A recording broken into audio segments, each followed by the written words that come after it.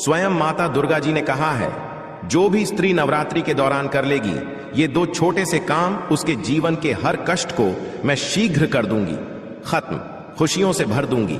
मैं उसका घर, उसकी हर मनोकामना को मैं कर दूंगी पूरा।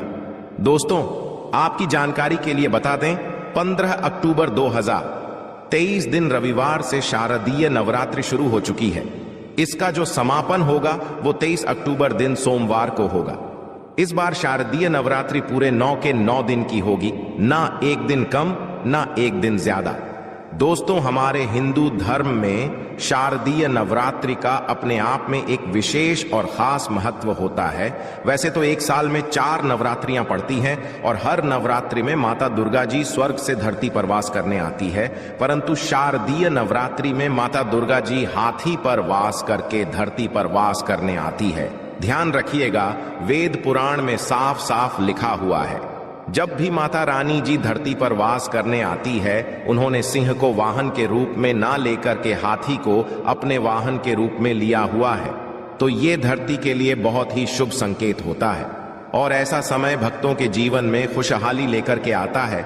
दोस्तों, एक साल में 4 नवरात्रियां पड़ती है, परंतु हमारे हिंदू धर्म में नवरात्रि सबसे ज्यादा फलदायी नवरात्रि होती है, क्योंकि इस दौरान माता रानी जी बहुत ही ज्यादा प्रसन्न मुद्रा में होती है, अपने दोनों हाथों से अपने भक्तों पर कृपा बरसाती है और शारदीय नवरात्रि के दौरान की गई पूजा साधना क्रिया कभी भी खाली नहीं जाती है। इस दौरान कोई भी व्यक्ति यदि माता रानी जी के लिए व्रत रखता है, पूजा पाठ करता है, तो उस व्यक्ति के लिए स्वर्ग के दरवाजे खुल जाते हैं और माता रानी जी की असीम कृपा उस व्यक्ति पर सदैव बनी रहती है। दोस्तों, शास्त्रों में वर्णित है कि शारदीय नवरात्रि के दौरान यदि कोई भी इंसान माता रानी जी की विधि विधान से पूजा पाठ कर लेता है तो उस व्यक्ति के जीवन का हर कष्ट जड़ से नष्ट हो जाता है और माता रानी जी के आशीर्वाद से उस व्यक्ति के जीवन में उसको धन, सुख, वैभव, ऐश्वर्य की प्राप्ति होती है। दोस्तों, हमारे शास्त्रों में, हमारे वेद पुराणों में माताओं के लिए, बहनों के लिए शारदीय नवरात्रि के दौरान कुछ ऐसे उपायों के बारे में बताया गया है जो यदि माताएं, बहनें शारदीय नवरात्रि के दौरान सही मुहूर्त पर विधि विधान से कर लें, जिसके बारे में आज के इस वीडियो में हम आपको बताने जा रहे हैं, तो ऐसी महिलाओं को, ऐसी कन्याओं को शीघ्र ही माता रानी जी का वो वरदान और वो आशीर्वाद मिल जाता है, जिसके पश्चात उनके जीवन के हर प्रकार की परेशानी खत्म हो जाती है और माता रानी जी के आशीर्वाद से उनके जीवन में अपार खुशियां ही खुशियां आती हैं। देखिए दोस्तों, वेद पुराण में तो साफ साफ यहां तक लिखा हुआ है कि यदि किसी भी नवरात्र के दौरान माताएं, बहनें माता रानी जी को सच्चे दिल से पुकारती हैं तो माता रानी जी उनके घर पर वास करने अवश्य जाती हैं। उनकी केवल एक पुकार पर ही उनके जीवन के हर कष्ट को जड़ से नष्ट कर देती है। और यदि शारदीय नवरात्रि के दौरान माताएं, बहनें वेद पुराणों के अनुसार वो उपाय कर लें, जिसके बारे में आज के इस वीडियो में हम आपको बताने जा रहे हैं, तो मान के चलिए माता रानी जी के आशीर्वाद से माताओं, बहनों के परिवार के जीवन में एक चमत्कारी और सकारात्मक बदलाव आ सकता है। दोस्तों, चाहे आप पुरुष हैं, चाहे महिला हैं, आज के इस वीडियो को बहुत ध्यान से लास्ट तक, अंत तक बिना भगाए देखिएगा, क्योंकि आज के इस वीडियो में हम जानकारी आपको वेद पुराणों के अनुसार देने जा रहे हैं और यदि आपने इस जानकारी को प्राप्त करके नवरात्रि के दौरान 2-4 मिनट का समय निकाल करके उन उपायों में से एक भी उपाय कर लिया, जिसके बारे में आज के इस वीडियो में हम आपको बताने आ रहे हैं, जिसके बारे में हमारे वेद पुराणों में, शास्त्रों में लिखा हुआ है, तो आप अपने जीवन की कितनी ही बड़ी समस्या में फंसे हो, कितने ही बड़े दुख का सामना कर हो और कितने ही बड़ा कष्ट आपके जीवन में हो, माता रानी जी के आशीर्वाद से आपके जीवन की हर प्रकार की दुविधा से आपको अवश्य मुक्ति मिल जाएगी। और इन उपायों को करने के पश्चात मान के चलिए, न केवल आपके बल्कि आपके पूरे परिवार के जीवन में एक चमत्कारी और सकारात्मक बदलाव आएगा। फिर हम आपको इस वीडियो में बताएंगे कि नवरात्रि के दौरान वो कौन सी ऐसी 2 चीजें हैं जो यदि किसी भी घर की महिला कन्या कर लेगी तो मान के चलिए माता रानी जी की असीम कृपा उस महिला पे, उस कन्या पर सदैव बनी रहेगी। माता रानी जी के आशीर्वाद से वह महिला, वह कन्या अपने जीवन के हर प्रकार के कष्टों से मुक्ति और इसके जीवन में माता रानी जी के आशीर्वाद से उसको भौतिक सुखों की प्राप्ति होगी। इसीलिए इस वीडियो को लास्ट तक, अंत तक न केवल अपने लिए बल्कि अपने पूरे परिवार के भले के लिए देखिएगा।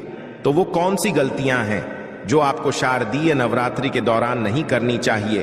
तो सबसे पहले तो आप इस बात का ध्यान रखिएगा, यदि आप अपने घर पर कलश स्थापना करने जा रही हैं, यदि आप अपने घर पर माता रानी जी के लिए अखंड ज्योति जलाने जा रही हैं, या आप माता रानी जी के लिए चौकी लगाने जा रही हैं, तो इस बात का ध्यान रखिएगा, कभी भी माता रानी जी की अखंड ज्योति को बुझने मत दीजिएगा। दूसरा, यदि आप कलश स्थापना करने जा रही हैं तो जटा वाले नारियल का प्रयोग कीजिएगा जिसमें पानी होता है। तीसरा, आपको इस बात का ध्यान रखिएगा, जो आप माता रानी जी के लिए चौकी लगाने जा रही हैं, वो चौकी कभी भी छोड़ करके मत जाइएगा। देखिए, चौकी यदि आपने घर पर लगाया है तो चौकी को कोई भी खाली कभी मत छोड़िएगा। ये बहुत ही ज्यादा अशुभ बताया गया है, इससे माता रानी जी रुष्ट हो जाती है। दूसरा, आपको इस बात का ध्यान रखना होगा कि यदि आप माता रानी जी की चौकी घर पर लगाने जा रही हैं तो केवल लाल कपड़े पर ही लगाइएगा। बहुत से लोग गलती क्या कर बैठते हैं, वो माता रानी जी की चौकी लगाते हैं, पूजा पाठ करते हैं, परंतु चौकी पर पेपर लगा देते हैं, पेपर रख करके चौकी लगा देते हैं। ये हमारे वेद पुराणों में बहुत ही अशुभ बताया गया है। यदि आप पेपर रख करके माता रानी जी के लिए चौकी लगा रहे हैं तो इससे माता रानी जी आपसे रुष्ट हो सकती और कभी भी आपके घर पर वो वास करने नहीं आएंगी। हाँ, माता रानी जी की चौकी यदि आप लगा रही हैं तो लाल कपड़े पर लगाइए, इस बात का ध्यान रखिएगा। ऐसे लाल कपड़े का प्रयोग कीजिएगा जो पहले कभी भी प्रयोग ना हुआ हो। तीसरा, इस बात का आप लोगों को ध्यान रखना होगा, जब भी आप माता रानी जी की पूजा पाठ करने जा रही हैं, माता रानी जी की आपने चौकी लगाई है तो वहां पर कभी भी काले कपड़े का प्रयोग मत कीजिएगा, या माता रानी जी की पूजा पाठ करते वक्त काले कपड़े का धारण मत कीजिएगा। यह बहुत ही ज्यादा अशुभ बताया गया है, इससे माता रानी जी शीघ्र ही रुष्ट हो जाती है। देखिए, इस बात का आपको ध्यान रखना होगा कि आपने इस नवरात्रि के दौरान 9 के 9 दिन का व्रत रखा हुआ है, तो 9 के 9 दिन में आप लोगों को माता रानी जी के 9 अलग अलग स्वरूपों को, अलग अलग प्रकार के फल को अर्पित करना होगा। माता रानी जी के 9 अलग अलग स्वरूपों को आपको अलग अलग प्रकार के फूल अर्पित करना होगा, क्योंकि माता रानी जी की 9 अलग अलग स्वरूपों की पूजा पाठ की जाती है इस नवरात्रि के दौरान। और हां, यदि आपने 9 दिन का व्रत रखा है तो पेट भर कुछ भी मत खाइएगा, क्योंकि जिस व्रत में तपस्या ना हो, संघर्ष ना हो, वो व्रत कभी भी फल पलट करके नहीं देता है। आप यदि इन बातों का ध्यान, तो माता रानी जी की कृपा आपको अवश्य मिलेगी। नवरात्रि के पूरे 9 के 9 दिन में घर में किसी भी व्यक्ति को ना नाखून काटने दीजिएगा, नाखून काटने वाली मशीन का प्रयोग करने दीजिएगा। ये बहुत ही ज्यादा अशुभ बताया गया है। इसी प्रकार से आप लोगों को इस बात का ध्यान रखना होगा कि माता रानी जी की पूजा में किसी भी तरीके के चमड़े की चीज का प्रयोग मत कीजिएगा। देखिए, होता क्या है, बहुत सी माताएं बहनें नवरात्रि का जो व्रत रखती हैं वो माता रानी जी के मंदिर जाती हैं, चौकियों पर जाती हैं। तो आप लोग इस बात का ध्यान रखिएगा, कृपया करके आप लोग कभी भी माता रानी जी के पंडाल पर जा रही हैं तो आप किसी भी चमड़े वाली चीज का प्रयोग मत कीजिएगा। जैसे पर्स हो गया, बेल्ट हो गई, चप्पलें हो गई, चमड़े वाली चीजों से आप लोगों को दूर रहना होगा। इस बात का आप लोगों को विशेष करके ध्यान रखना होगा। और आप लोगों को इस बात का ध्यान रखना होगा कि यदि आप नवरात्रि के 9 दिन का व्रत रख रही हैं तो कृपया करके दोपहर में सोइएगा नहीं। नवरात्रि के 9 दिन कभी भी दोपहर में सोया नहीं जाता है। यदि आपने व्रत रखा है तो ये कुछ ऐसी बातें हैं जिनका यदि आप लोग विशेष करके ध्यान रखेंगी तो आपके जीवन में आपको किसी भी प्रकार की परेशानी का सामना नहीं करना पड़ेगा और माता रानी जी की आपको कृपा भी मिलेगी। आपके व्रत का पलट करके आपको करोड़ों गुना लाभ मिलेगा। अब वो कहां से है जो आप व्रत के दौरान यदि करेंगी तो माता रानी जी का आपको आशीर्वाद मिलेगा। तो सबसे पहले आपको इस बात का ध्यान रखना होगा कि यदि आप माता रानी जी के लिए 9 दिन का व्रत रखने जा रही हैं तो आपको लाल कपड़े पहन करके माता रानी जी की पूजा करनी होगी। देखिए, माता रानी जी को लाल रंग बहुत ही प्रिय है। यदि लाल रंग का प्रयोग करते हुए आप माता रानी जी की पूजा पाठ करेंगी तो आपकी पूजा सिद्ध भी हो जाएगी और आपका पूजा का पलट करके आपको करोड़ों गुना लाभ मिलेगा। दूसरा, आपको इस बात का विशेष करके ध्यान रखना होगा जब भी आप माता रानी जी के लिए पूजा पाठ करने जा रही हो तो पूजा पाठ करने से चौकी के पास थोड़े से गंगा जल का छिड़काव कर दीजिएगा।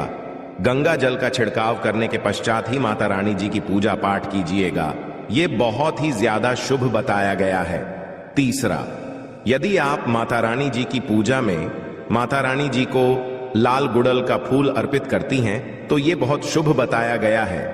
देखिए, लाल गुड़ल का फूल जो होता है वही एक ऐसा फूल होता है जो माता रानी जी के 9 अलग अलग स्वरूपों को एक साथ अर्पित किया जा सकता है।